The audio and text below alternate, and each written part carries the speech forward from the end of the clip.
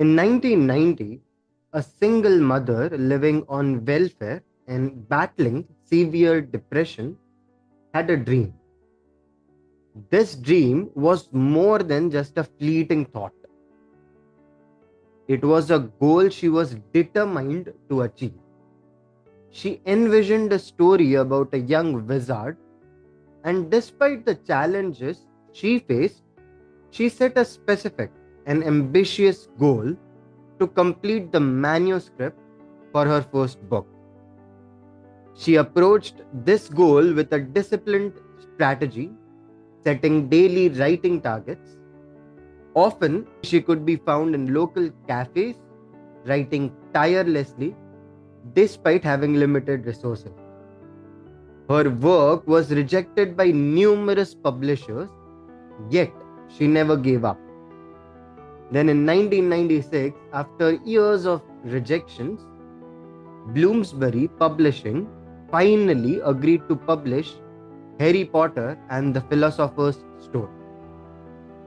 The rest, as they say, is history. Her goal of seeing her book in print was not only achieved but exceeded beyond her wildest dreams. The series went on to become a global phenomenon, changing her life forever. Of course, you have guessed it right. The person I am talking about is none other than J.K. Rowling. Her story is a powerful testament to the importance of setting goals and persevering in the face of challenges. When you have a clear goal in mind and are committed to it, even rejections and obstacles can't stop you from facing it. And that's exactly what we are going to dive into in today's episode. Hello everyone, I am Aaditya Mehta and you are listening to podcast on personality development. In today's episode, we have a very special guest who will guide us through the art of setting realistic goals and the process of achieving them. He is a man who has accomplished 52 goals in his lifetime till date and even penned down a book detailing how he managed to achieve each one. Please join me in welcoming Pramoda Vyasrao. While we bring him on, enjoy this intro music. And if you haven't followed this podcast yet, make sure to hit that follow button because you won't want to miss any of our future episodes. Here we go.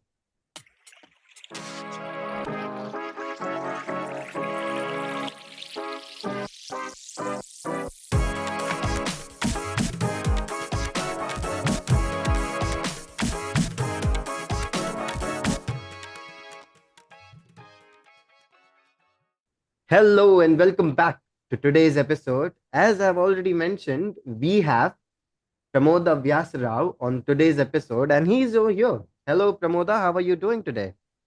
I'm doing very well, Aditya. Thank you for inviting me here. I'm excited to be on the show and share my journey with your audience.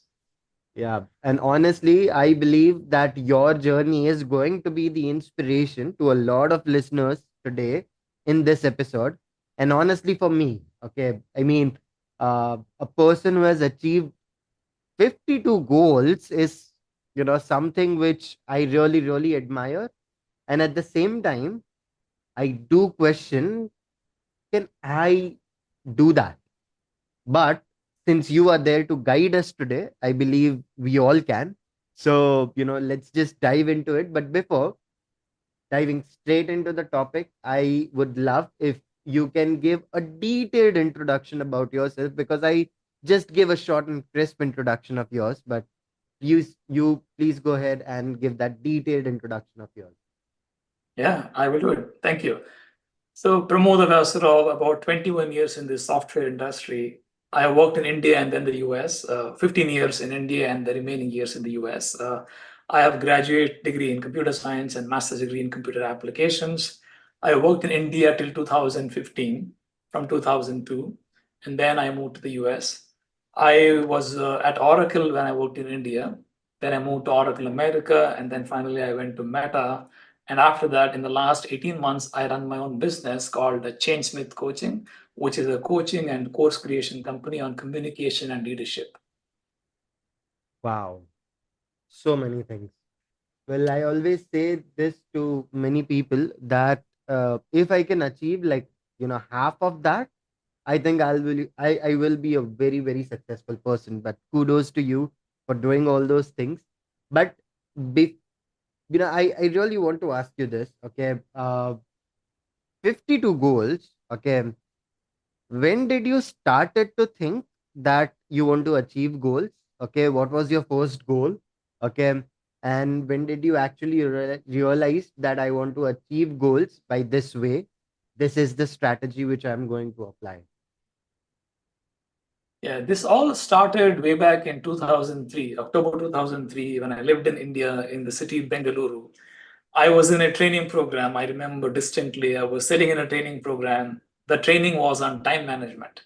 Because back then I thought I had a severe challenge with time management. I wanted to improve my time management skill as a bachelor. I was in this training workshop for one full day from 9 to 5. Towards 11 o'clock, he shared a story of a person called John Goddard. Now, John Goddard was an adventurer in America who had listed about 127 goals in his life. He had achieved most of them by age 85. His goals were really crazy adventurous, things like Mount Everest climbing, Mount Kilimanjaro, crossing the Nile River in a kayak, and so on. He had some amazing goals, including learning international languages. I was in that room extremely inspired by John and said, okay, if he has done something, I want to go back and do something in my life. Mm, So that evening, I don't remember the exact date, but I remember it was October 2023. I remember the month. I mm, went back home. I started listing my own goals. Now, unlike John was an adventurer. He wanted something adventurous in his life. I did not look at that perspective. mm, I looked at my life and say, what would I regret not doing? My simple mm, question that night was, what would I regret not doing? And let me accomplish those things first. mm, I wrote only 5 goals to begin with. Very simple 5 goals back then in mm, 2003. 52 became as I went through the process every year after achieving those 5. But mm. initially, I only had 5 goals to begin with. And those are the 5 goals in my book. I'm actually capturing, the book is right here. I will Yeah. read the first 5 goals from the book so your audience knows. Yeah. So, number one goal was losing 17 kgs or 33 pounds back then. I was overweight. By the way, I Mm-hmm. was 90 kilos back then. Right now, I'm 67. So you can imagine the loss from 90 to 67. Yeah. Second one was I was scared of water. I wanted to learn swimming. So facing the fear of water and learning to swim was my second goal. Mm-hmm. Number three was becoming a confident public speaker. I was really scared to speak in public. Mm-hmm. I took that as a number three goal. Number four was my childhood dream. I was always fascinated with Jackie Chan and Bruce Lee. I wanted to learn martial arts. It never happened in my childhood due to logical constraints. But now I was an adult. I had all the goals, all the money I want to achieve my goals. I said, okay, I will regret if I don't learn martial arts. Mm-hmm. So I Right. added a goal to learn a martial art. And number five was donating blood 50 times before turning age 50. Wow. I Okay. wrote that goal because my family had a couple of scenarios where we needed a unit of blood. It was a struggle to go get a unit of blood. So I know the reason for donating blood. It is not possible to manufacture blood, it has to be donated by human to human. Mm-hmm. So I wrote these 5 goals to begin with in October 2023. Mm-hmm. From 2003 to 2006, so 3 years, I made progress on most of these goals. Actually, if you see, I achieved all of these goals except number five because you cannot donate blood 50 times in 3 years. Of course. I Yeah. donated about 6 or 7 times, but I Mm-hmm. made significant progress on all these 5 goals. From there, once I enjoyed this process of setting goals, achieving them, and just by being in the process, saying, okay, this morning I'm doing this year my goal is this, Mm-hmm. that gave me a direction every year to live my life. So Mm-hmm. life became all of a sudden more exciting, more meaningful, more happy because I was chasing my own dreams. I was not following anyone else's dream. Mm-hmm. Wow, that's pretty amazing. Having those five goals and uh, having to, have a purpose in life, and that's something amazing. And I believe everyone should have that. And personally speaking, uh, I do have a habit of setting goals. Sometimes it's realistic, sometimes I think I'm being too ambitious about it. Okay. So one thing which I would like to ask is, what was the process which you went through for those first five goals? Uh, Starting, where did you started it from, and where when you achieved that goal, what was the feeling like, and what was your conclusion when you actually achieved that goal? Yeah. In the book, I talk about a seven-step framework to achieve goals. I'll come to that in a bit. But before that, to me, Aditya, what was exciting was the process itself. The outcome is not really important. For example, I ran a marathon under 4 hours, 3 hours, 59 minutes, 42 kilometers. It's not actually finishing the race. Hmm. It's the process itself that is so exciting. Sometimes the goal Hmm. may take 9 months or sometimes 12 months, sometimes more. But you have something to look forward to every day, every morning. Hmm. That is more exciting than just achieving the goal. A lot of people think achieving the goal itself is everything. Hmm. To me personally, the process itself is great because you are moving forward on a path of your purpose, your life purpose. You feel Hmm. the life is meaningful because you're doing what you really want to do, Right. which means I enjoy every day of the process, not just the accomplishment. That is a huge shift in my life. And I recommend others to consider this shift because if you only look at the outcome, running a Hmm. marathon or writing a book or doing something on your own, starting a business, then once you achieve that, you start feeling meaningless now because you achieved that goal already. Yeah. And you don't enjoy today. You're looking for tomorrow. Okay, I am hoping one day I'll achieve this goal. Hmm. This Hmm. one day syndrome is not useful because every day is a great day. Hmm. So my perspective shifted in the process of achieving goals that progress itself is joyful. It's not the outcome. It's Hmm. being in the process and making progress every day is more important. Right. That's wonderfully said. Enjoying the process. Wow. It's always said, like whenever I go on a trek, and there is this thing which they say that, you know the journey is beautiful, not the destination, right?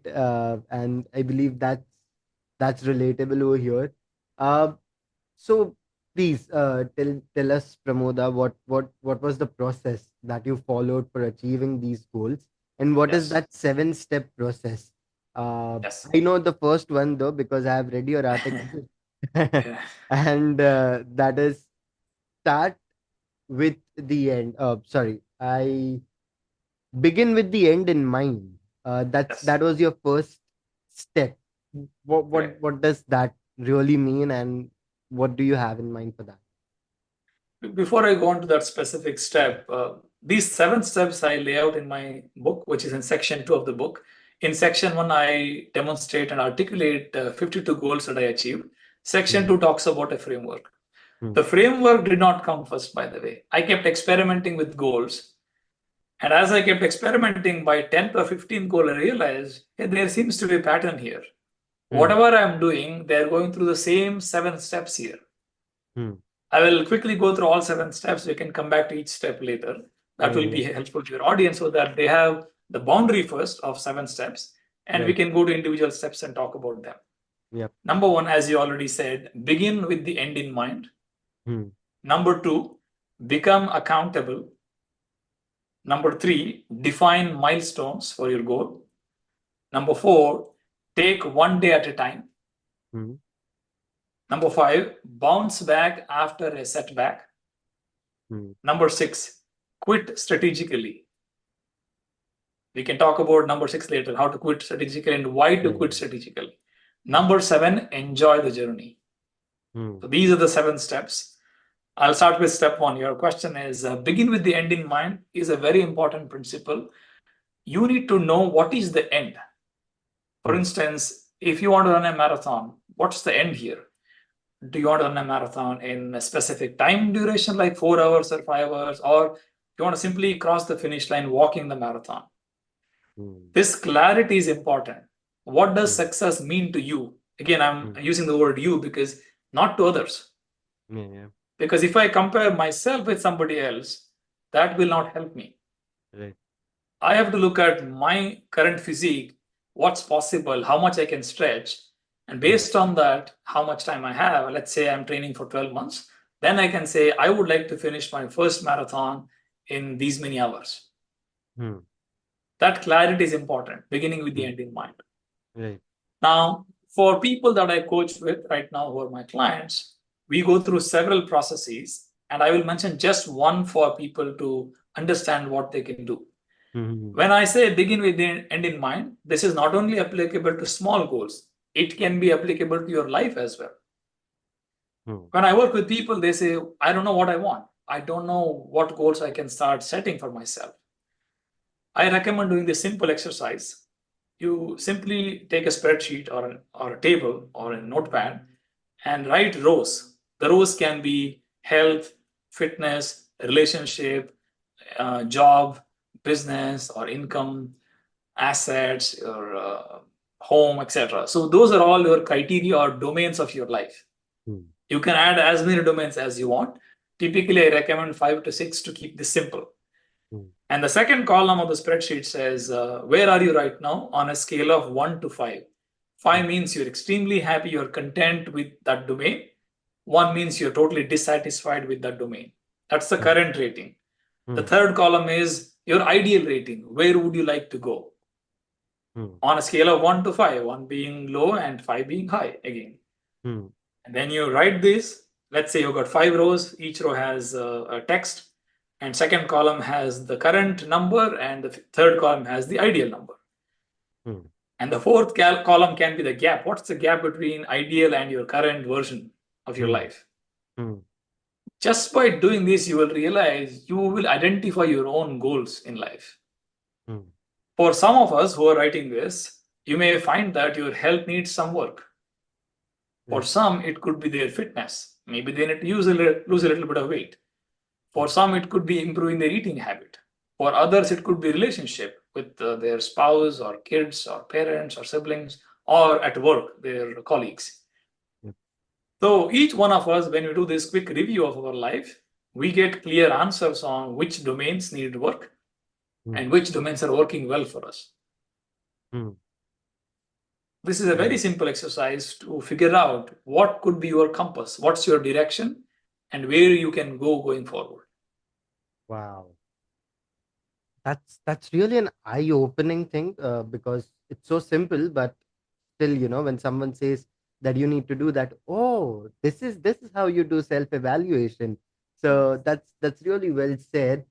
So to all the audience and the community members out there, if you are doing that, do let me know, whether on Instagram or on LinkedIn, and I'll make sure to share it and give a shout out to you.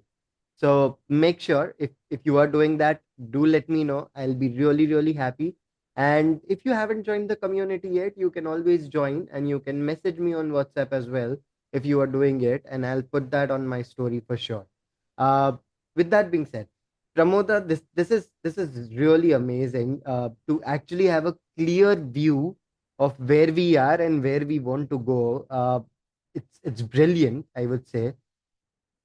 But normally, okay, when people start doing it, how to really give us that, give yourself that rating, because most of the times we know who we are, but there are some times in those areas we really don't have any idea. Okay, so for example, I would say, for me, the relationship with my parents is really good, but from the parents perspective, it's not that good. So how can one really recognize that where do they stand? If you can shed some light on that. Yeah, for people who are new to self-awareness, for them, my recommendation is work with a coach. There are so many wonderful coaches these days, whether you're in India, Canada, or US, or any place. In fact, you can be in India and hire coaches in the US now. The world has become remote, so there's no limit in terms of what you can do. Yeah. Uh, for people who don't have self-awareness yet, you can work with a coach to figure out. For people who already have, you can talk to, let's say if it is relationship, you can ask people around you and say, what can work in our relationship? Mm. In some cases, it will be unilateral. For example, if it's your parents, I don't think they will be able to give you what you need to change. Yeah. So it's mostly unilateral. You have to think, knowing them and their background from India, you need to think, okay, what would make them happy? Mm. How could I Yeah. improve this relationship? It's some things like unilateral, which means one direction. You know Mm. what you're doing and you're doing it. But some relationships can be bi-directional, where you can ask them. Let's say I ask my wife and say, "What can I do to improve as a husband, as a Mm. partner?" And Mm. she can give me some tips on what can happen, what can change in our relationship. Right. So wherever possible, we can get feedback from people and keep it objective. Mm. Wherever you don't have, you can still keep it subjective, and if possible, work with a coach to figure out what needs work.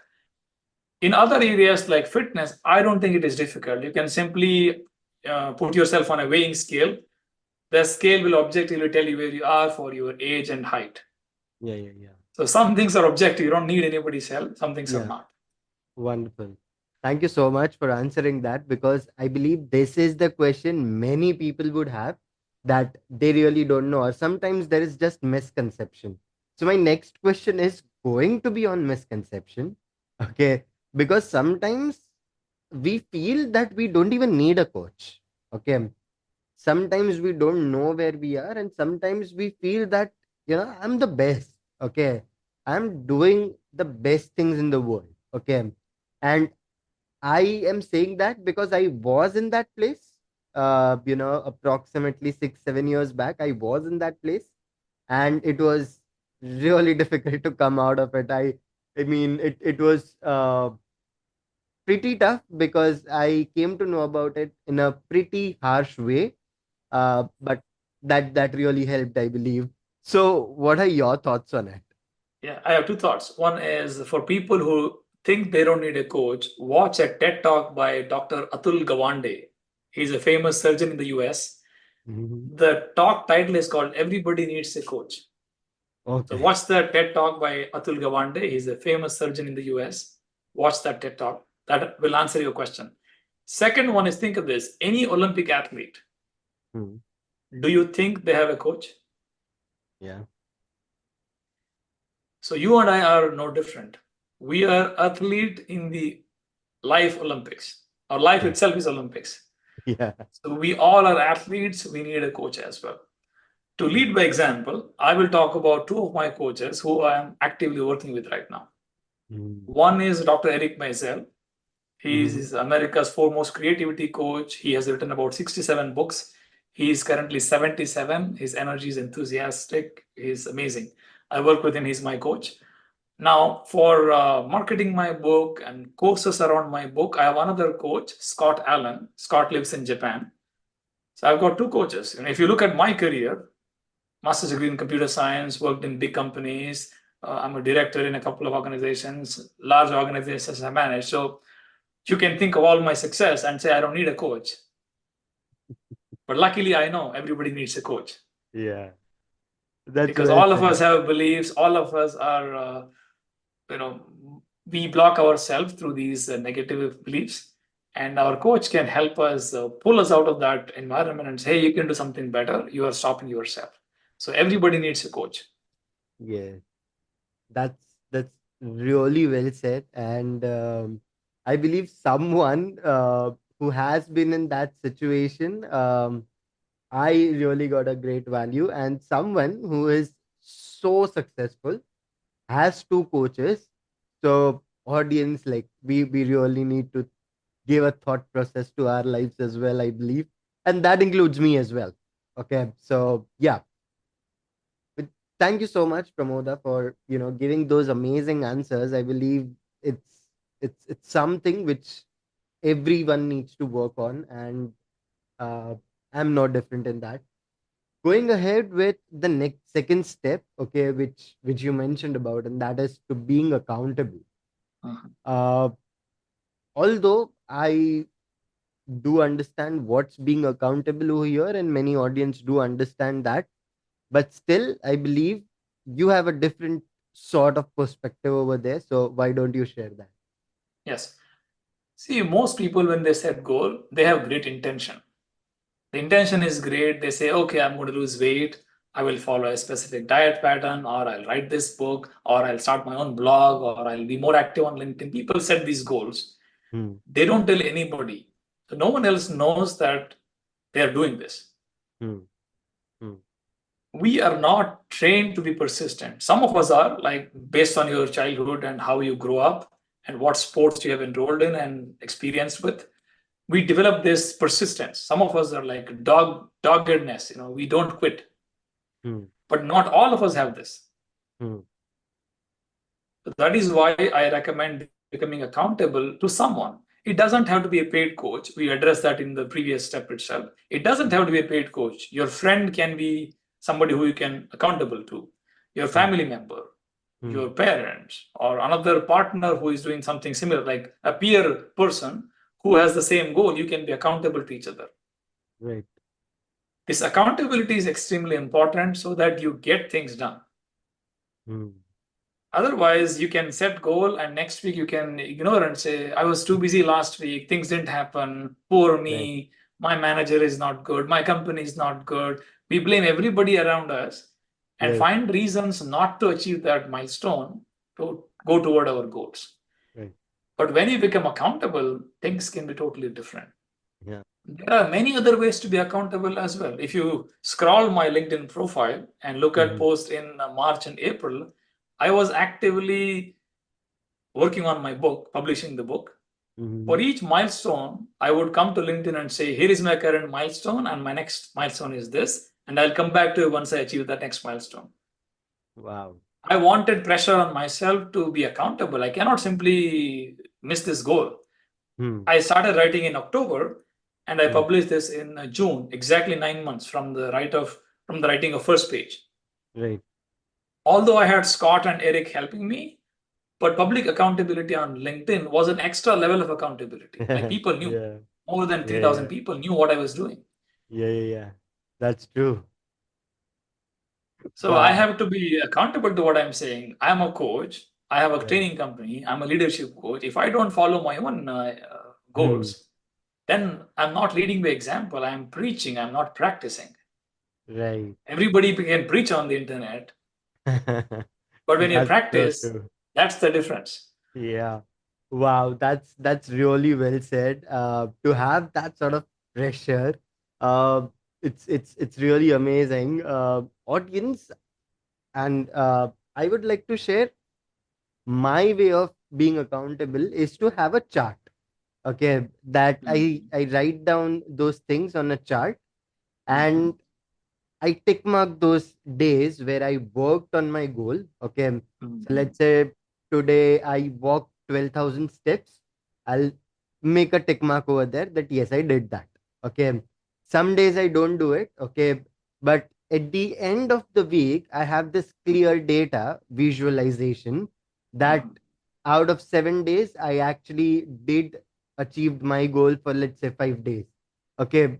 And this is one way of being accountable as well, but I believe with pressure it it definitely has a different level of uh, enthusiasm in you to actually achieve that goal, because it's really going to uh, hamper your reputation somewhere, because people are watching and people are making sure that if you do it, we are going to do it as well. Whatever you say, we are going to do.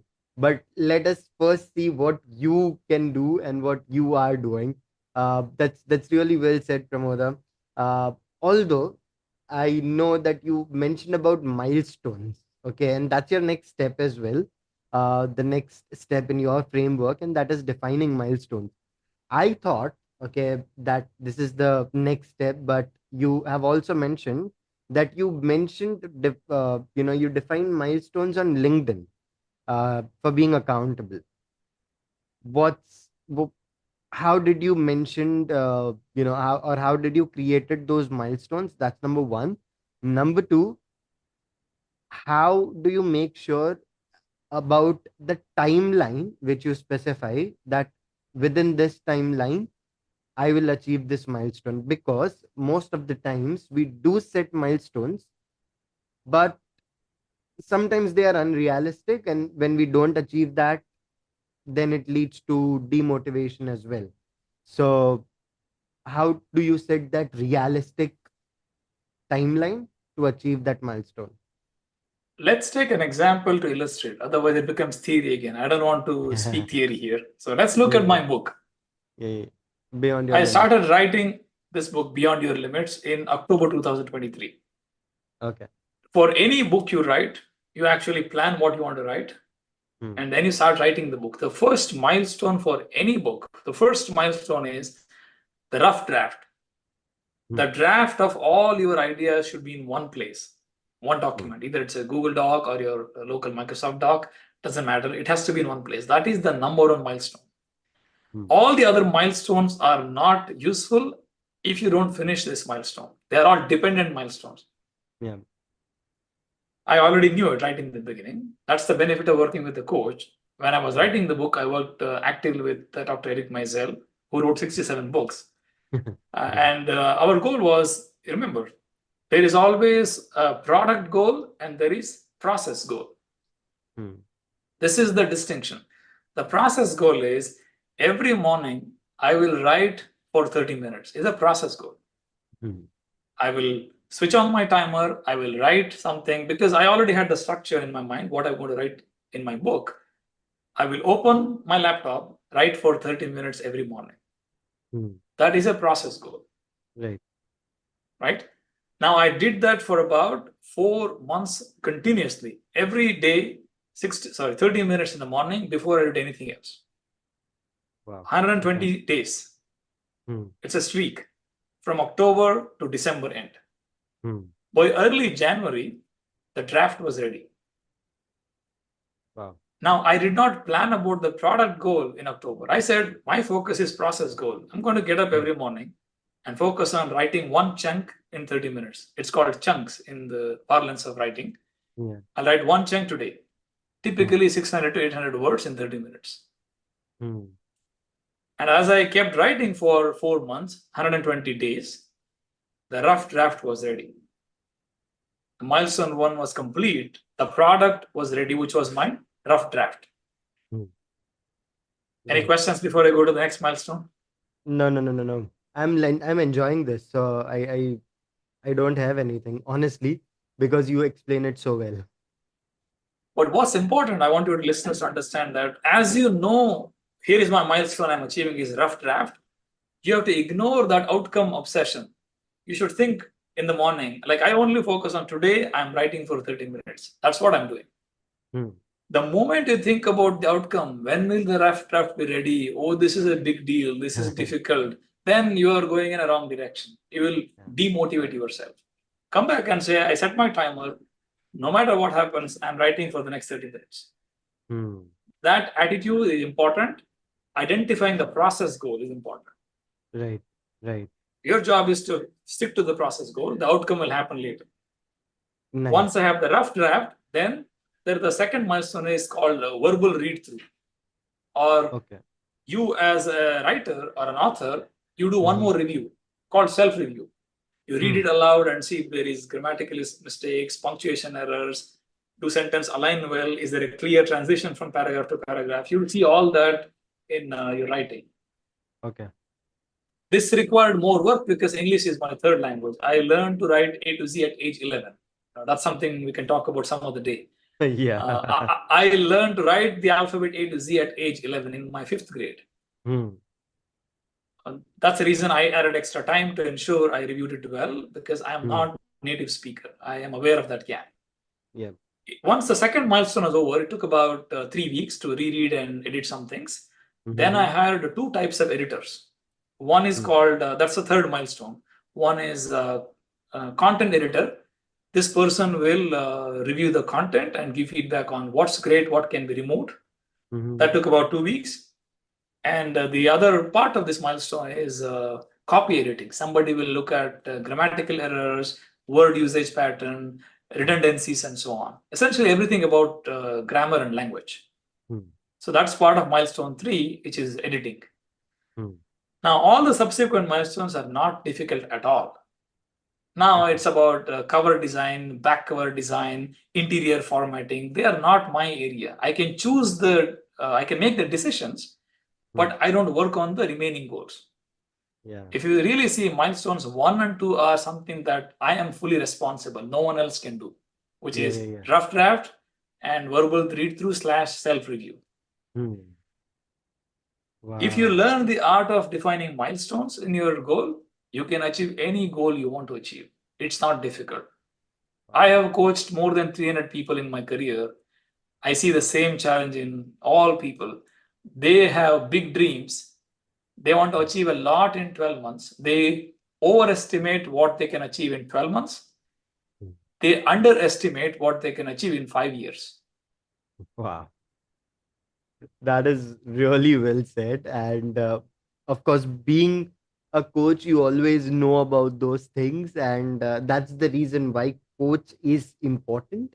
And what I really love about this conversation is that everything goes to the base as well. Okay, that is having a coach and having that self evaluation, because having a coach will help you choose the right direction. And you know self evaluation is something which will make you choose realistic timelines and realistic goals. So, really, very well explained. And thank you for giving us that example. I really, really appreciate it. And I'm getting an amazing values over here. And listeners, I'm saying this to you as I always say in each and every episode. I hope you are sitting with a book and a pen, because I really want you to listen to this podcast with intention.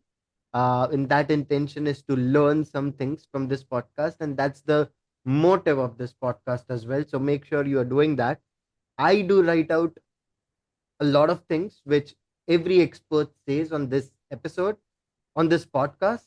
And I listen to at least I listen to it at least 4 or 5 times, because I have to edit it as well, right? So it's 4 to 5 times which I do listen to it. So I would say, if you're not writing it, you can listen to it 2 times or maybe 3 times, and I'll be really, really happy with that. Going ahead, Pramoda, this is something amazing. Okay, like we got through the first 3 steps. Okay, and that is begin with the end in mind, becoming accountable, and defining milestones. Now, I believe you also covered take one day at a time. Okay. I just think that I'm not believing in that, but I think that you also covered one day at a time in that, because the thing is, when you were explaining about defining milestones, when you were saying that about that process milestone, which you said that I'm going to write 30 minutes every day, and you mentioned that every every day you think about writing and not about the future goals which you have. Okay, like it's difficult, how much time it's gonna take, it is so lengthy, and etc, etc, etc. But still, I would like to know more about this take one day at a time. See, the most challenging part in our life is we are busy with other things. People are employed or they have a business. So right from morning to evening, there is something happening in their life. With all these things happening around us, there is very little focus on our personal goals. So my philosophy is you can be creating your day or reacting in your day. Both of them, creating and reacting, have the same 8 letters, by the way. They are anagrams in each other. Yeah. Creating and reacting. So you and I have a choice. I think we can be creating a day which is helping us go toward our dream, or reacting to the day. Whatever comes from me, I'm reacting to it. So creating a day is important in the sense you define your own time and say, I will do these things at this time. If Hmm. your goal is to write a book, okay, maybe 30 minutes a day. If your goal is to become fit and lose weight, okay, 30 minutes workout at this time in the morning or in the evening. Creating that day is important. Hmm. Success of all of us is defined by our daily habits. Hmm. If you see someone's daily calendar and say what they're doing from morning 7 to evening 10, you actually pretty much know what's happening in their life, won't you? Yeah. Take anyone's life, my life, your life, anyone's life, like a doctor. Yeah. You simply diagnose their calendar, you know what's happening in their life. Yeah. Yeah. Yeah. So instead of dreaming big, we should dream small in a day and say, today, what can I achieve? Hmm. Hmm. The analogy I usually give is look at every day you're taking a brick Hmm. and you're putting one brick. And before you know it, in a few Hmm. weeks, there'll be a big wall in front of you. Yeah. You're only putting one brick at a time, nothing more. Don't Yes. worry tomorrow, don't worry about the future. Just today, do your best to go toward your goal. Wow. As you put one brick at a time, you will get a wall very soon. That's that's very well said, and amazing analogies. Pramoda. I mean, I'm a big fan of analogies, so I do love those things when anyone explains that way.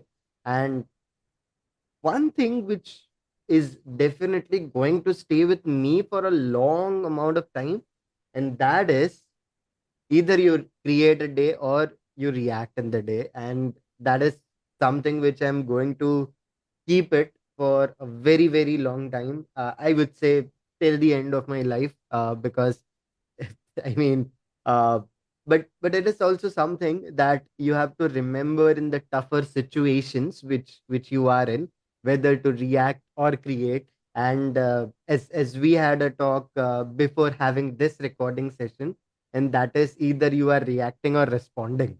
Uh, Yeah. so having that small reminder to you every time whenever you are in a tougher situation, what you're going to do, react or respond. So that's really really well said. And uh, I mean, I don't There's have one words. Yeah, there's please one please. more thing I want to add to your listeners that just to be clear, uh, understanding the practice is never a challenge in life. Mhm. It is practicing our understanding which is a big challenge. Yeah. So I might be doling out all the wisdom in front of you here, but if I don't follow it after this call, do what is required to be done today, I'm no Mhm. different. Yeah. So we are really good preachers, by the way, all of us. Mhm. But the real joy is in being a practitioner of these ideas, day in and day Yes. out. Being a Yes. practitioner is where the rubber meets the road. Wow. That's really well said. uh so yeah, I mean, I will be a practitioner in setting the goals for sure.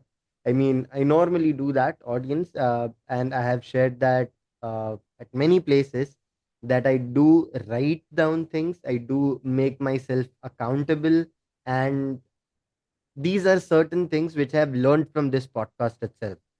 But, and believe me, when you do that, it really adds value in your life. And what's wrong in try? Okay, like it's not going to cost you, right? So all you have to do is try it out for a week and see how it goes. Now coming to the next step, and that is bouncing back. Okay, and that's basically your next step. Now bouncing back over here, for me it has like two ways, okay, or two roads. That is either bouncing back from the failure or bouncing back from the setback.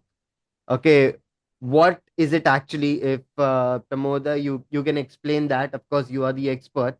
So yeah, please go ahead and explain this bounce back step. Bounce back applies to both of them, as you mentioned, Aditya, which is immediate failure versus some small setbacks. In my Okay. experience, I've seen most people stop with minor setbacks. It's not really a big failure. Think of this way: if somebody is training for a marathon, which is 400 kilometers, all of a sudden they get a travel opportunity. They're traveling to another country now for the next 3 or 4 weeks. Now, Mm-hmm. this is realistically going to impact their training routine. Hmm. Hmm. Their jet lag, different time zone, food may be different. They may not have the same discipline or too much work in the next 4 weeks. Yeah. So Yeah. these are definitely going to happen for all of our goals.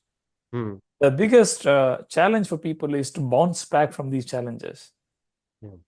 What happens is after 4 weeks, people lose that momentum. They lose their daily habits and routines and rituals. By the end of 4 weeks, when they come back to India, let's say they went on an overseas trip, by the time they come back to India, the desire is at zero now. Desire to go back and do something. Yeah. That's what I refer to as bouncing back in my book, that you have to look at how do I bounce back on my original track. Hmm. Hmm. It can be Wow. anything. It can be a small failure or detour in your goal, regardless of the opportunity you have. The moment you stop, how do you come back on track? Hmm. That's Hmm. what I mean by bouncing back. Wow, that's wonderfully explained. But now I have a follow-up question to that. Bouncing back mentally, it's really really difficult. That's what I believe, and I can completely relate to that because I have been in a stage where I needed to bounce back, but I haven't. Okay, I'm just giving myself in that I didn't. I started my workout routine. I would say approx 2 years back when I started my workout routine, and it was going really well. Then in between, there was a minor setback where I had an injury, and after that, coming back to that was really really difficult, and it took me really 1.5 years to get back to that fitness routine. So today, when I'm doing it, I believe I would have done better during that time if I would have bounced back earlier. So any tips or tricks which you have that a person can easily bounce back in a very short amount of time? One thing that has worked for me is always look at how do I want to bounce back. Let's say I know I took a break or a detour from my goal, 3 weeks or Hmm. 6 weeks. In those 6 weeks, I do something to ensure what I do is in alignment with my larger goal or the bigger goal. I'll Hmm. give you a specific example. When I was training from a 10K to a half marathon, which means 10 kilometers to 21 kilometers race, in between this jump, I had some injuries where I could not run because of my Hmm. calf. It was not strong enough, it was not really well trained. That was the challenge. Now, I did not stop completely. I said, how do I minimize the load on my calf while continuing to train? I went to a physiotherapist, worked with him for a few months. I strengthened myself. Hmm. During that 4 month period, I did not run a lot, but I Hmm. maintained my fitness. I did not gain extra weight. I did other non-running activities like biking, for example, bicycle riding, Hmm. long walks, brisk walks, but not actually running. Hmm. This is one idea I have used for my own goals is I do something which aligns with my larger goal, which is to keep fitness in this case. Do not put on more weight, keep my fitness alive is the goal Right. until I bounce back on my half marathon, which is 21-kilometer journey. Hmm. That's a Hmm. specific example I can take. I am still on the track, doing something around my fitness and health, keeping my weight in check so that I am prepared for my half marathon and I can bounce back. I have a bounce back plan. For example, once I recover from my injury, then I Hmm. say, should I bounce back in 2 weeks' time or 3 weeks' time or 4 weeks? How do I ramp up myself to this original plan of running a half marathon? Right. To summarize, you stay on the course, you do something else in alignment with the goal, but you stay on the course regardless, which will ensure whenever you want to bounce back, you have a plan to bounce back. Hmm. That's very well said. And I believe you if you could have messaged me on Podmatch really really early, that would have been really really nice. But still, I mean, that's a good way to go, and I'm definitely going to implement it. In fact, I'm going to write it down. And audience, I have always told you this, and I'm saying this to you again, and this is the second time I'm saying this to you on this episode itself. Make sure to listen to this podcast intentionally because I really want you to learn from this podcast. Coming back, okay, now, Pramoda, your explanation was really good, okay, but now let us go to the next step. And it has already been more than 45 minutes, but it doesn't feel so. But it's going really well. So The next step is quit strategically. Now, this thing about quitting strategically, okay, what are we quitting over here? The original goal, or some habits, or something else? What exactly it is? In my framework, quit strategically actually means you quit pursuing a specific goal because the benefits of that are not really great, because what you're losing is more than what you're gaining in the process. Okay. What could happen is you might be passionately pursuing a goal, and that has significant effect on your work, for example, or family or other areas. This may not be the right time, for example. The timing may not be right, or the goal itself is not right. Hmm. I will give you two examples just to illustrate from my own career. When I finished my first marathon, just for your listeners, marathon is 42 kilometers. In Hmm. India, I know people call it as 10K marathon. So 10K is 10 kilometers. A marathon is a 42-kilometer race. Right. Now, when I finished my first marathon, the next immediate goal I had was, oh, let me run a marathon under 4 hours. I ran the same year another marathon under 4 hours, 3 hours, 59 minutes. Right after my second full marathon, I thought, I want to run Boston Marathon. Now, for people who don't know it yet, Boston Marathon is in the US. It happens in the city of Boston in Massachusetts. Hmm. This is the holy grail for any runner. Any runner who is serious would love to run in this course because you have to qualify for this race. Oh. Each age group has a time. For example, 40 to 45, there is a time band. 46 to 50, there is a time band. You have to qualify for this race. Only then you can run this race. Wow. Okay. For my age back then, it was about 3 hours, 15 minutes. Remember, my best was 3:59 at that time, 2019, and Hmm. I wanted to run in 3:15, which is shaving around 44 minutes. Yep. 44 minutes. Hmm. Now, at that time, it wasn't realistic. It wasn't realistic because I had other goals. I had a job, family priorities, several things going on. At that time, it was not the goal. So right now, I took a break from my goal of Boston Marathon. I will run at some point in my life. Hmm. There is a joke in a running community that you can either run faster or age faster. Because once you age faster, what happens with Boston is you will get more time to run the same distance. Like Ah. 50, the time is different. 55, the time is different. So the Okay. higher you go in age, the more time you have to finish your marathon. This is Hmm. one example where I quit strategically and said, working with my coach and my family, this is not a goal right now. Maybe later I will come back and pursue this, but Hmm. not right now. I'm not ready to commit to this. Hmm. Hmm. Nothing bad. It's just that I'm not ready. This realistic goal setting is important. I have seen people who struggle in their life and relationships just because they want to pursue one goal. Hmm. Remember, your goal has to be holistic. It should not trouble your other areas of your life. Hmm. So, my definition of quit strategically is to find out what's not useful and remove that goal. Right. I will quickly give you one more example. Right Hmm. after writing my first book, like all authors do, I started writing a second book. Hmm. I went to my coach and I said, I'm working on this second book. Here is my outline and my idea. His question is, why are you writing another book? Hmm. Can you focus on making that book successful, the book you wrote? You can Right. have at the back of your mind new ideas and jot down ideas every day, but don't invest time in publishing the book. Hmm. So, strategic quitting means working with you, your family, your coach or mentor to figure out, is this the right goal at this time? If Right. not, you can come back to it later or completely remove that goal from your list. That's Hmm. what I mean by quit strategically in my book. Wow. Okay. That's really really well explained.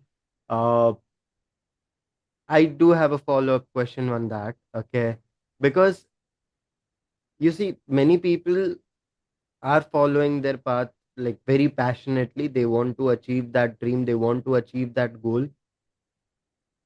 I mean, sometimes they don't even realize that it's actually losing more rather than gaining. Okay, and they just pursue it. I mean, most of the times I mean, there are two types of people, right? The one who motivates you that don't worry, don't quit, don't quit, don't quit, and the other one says, you know what, now it's time to quit.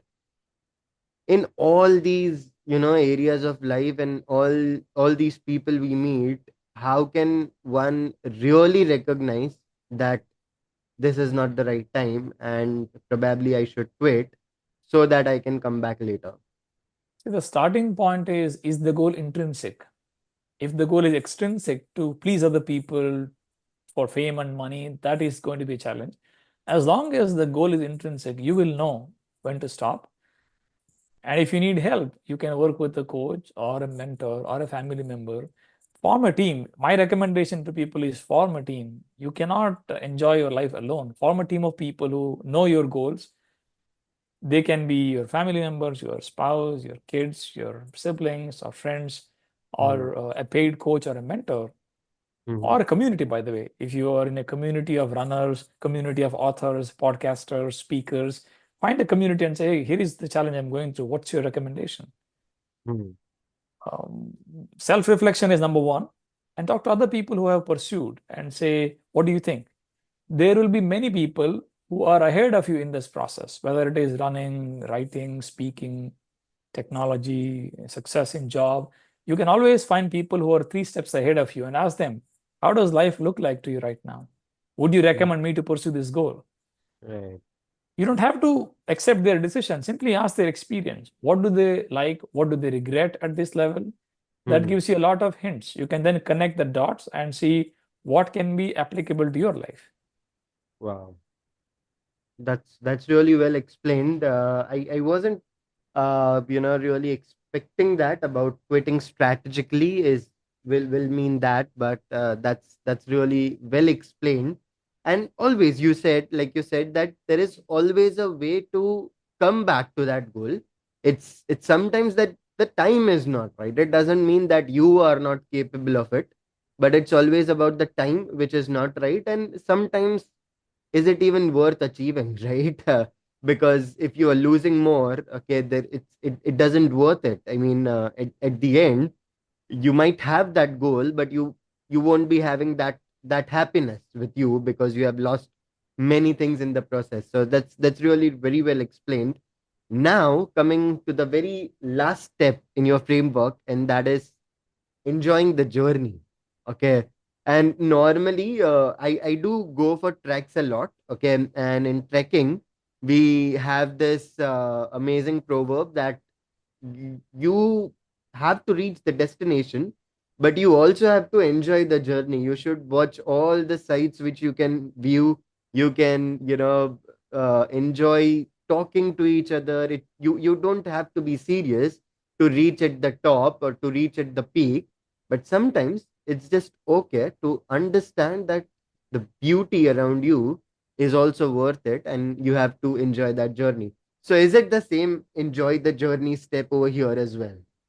That is true. In fact, to summarize the whole chapter, you can add a quote called happiness is the experience of climbing to the peak. Ah, yeah, It's not the reaching itself. It's not just going there and say, I'm at the peak of this mountain. yeah, It is yeah. the experience of climbing. That's happiness. Hmm, Any goal that we achieve, I strongly recommend your listeners to consider enjoy the process. It's the process that makes you better. It's a process that expands you as a person. hmm. That's very well said. If you're building muscles or doing anything, Yeah. eating healthy food, anything, the process itself makes you a better person. The outcome is inevitable, it will happen. But if you obsess with the outcome, you will not enjoy the process. Right. 2 words come to my mind when I talk to my clients. I keep telling, it's also in the book: grateful and graceful. Grateful and graceful. Let me talk about grateful. There are a lot of people who support us in our goals, whether it is immediate family members, your friends, well wishers, siblings, or your coach or mentor or community members. There are so many people who are helping us in our goals. Hmm. We need to be grateful to these people. Yeah. So, having this gratitude of, okay, I have the opportunity to pursue this goal. Some of the Hmm. goals are difficult.